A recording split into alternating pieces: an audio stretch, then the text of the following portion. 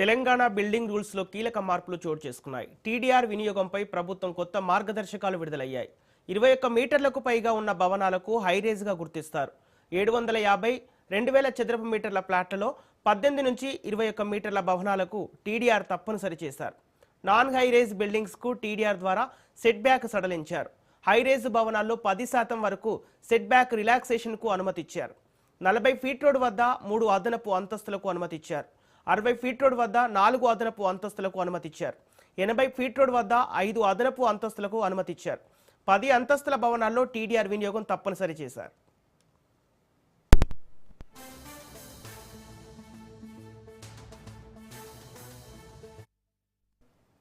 ఇదే అంశానికి సంబంధించి పూర్తి డీటెయిల్స్ మా ప్రతినిధి సైదులు అందిస్తారు. సైదులు, సంపత్, తెలంగాణ బిల్డింగ్ రూల్స్ లో కీలక మార్పులు చోటు చేసుకోబోతున్నాయి. రాష్ట్ర ప్రభుత్వం చాలా కీలకమైన నిర్ణయం తీసుకుంది. గత కొన్ని రోజుల నుంచి కూడా తెలంగాణ బిల్డింగ్స్ రూల్స్ లో కీలక మార్పులు చోటు చేసుకోబోతున్నాయని కూడా పెద్ద ఎత్తున వార్తలు వచ్చాయి. రాష్ట్ర ప్రభుత్వం కూడా మరో కీలకమైన నిర్ణయం తీసుకోబోతుందని కూడా అందరు భావించారు. సో అందరు భావించినట్లే రాష్ట్ర ప్రభుత్వం కొత్త రూల్స్ తీసుకుంది. ముఖ్యంగా టీడీఆర్ వినియోగంపై ప్రభుత్వం కొత్త మార్గదర్శకాలు విడుదల చేసింది. 21 మీటర్లకు పైగా ఉన్న భవనాలు హైరైజ్ బిల్డింగ్స్ గా గుర్తించాలని నిర్ణయం తీసుకుంది. సో ఇంతకుముందు అలాంటి నిబంధనలు లేకపోతుండే. ఇప్పుడు 21 మీటర్లు ఉన్నటువంటి భవనాలు హైరైజ్ బిల్డింగ్లుగా రాష్ట్ర ప్రభుత్వం గుర్తించబోతుంది. అయితే మరి ఇప్పుడు ఉన్నటువంటి బిల్డింగులు కి సంబంధించి ఈ యొక్క కొత్త మార్గదర్శకాలు వర్తిస్తాయా లేదా అనేది కూడా మనకి తర్వాత తెలిసే అవకాశం అయితే ఉంది. ఇక నుంచి 21 మీటర్లకు పైగా ఉన్నటువంటి భవనాలు మాత్రం హైరైజ్ బిల్డింగ్లుగా గుర్తించాలని ప్రభుత్వం నిర్ణయం తీసుకుంది.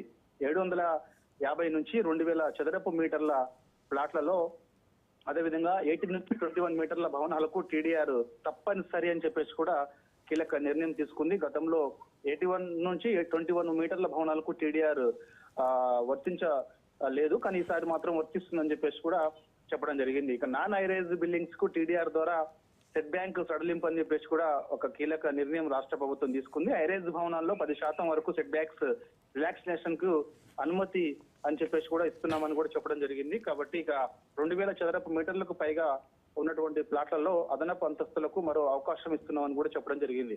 అంటే గతంలో 2000 చదరపు మీటర్లకు పైగా ఉన్నటువంటి ప్లాట్లకు సంబంధించి అదనపు అంతస్తులకు అవకాశం లేకపోతుండే.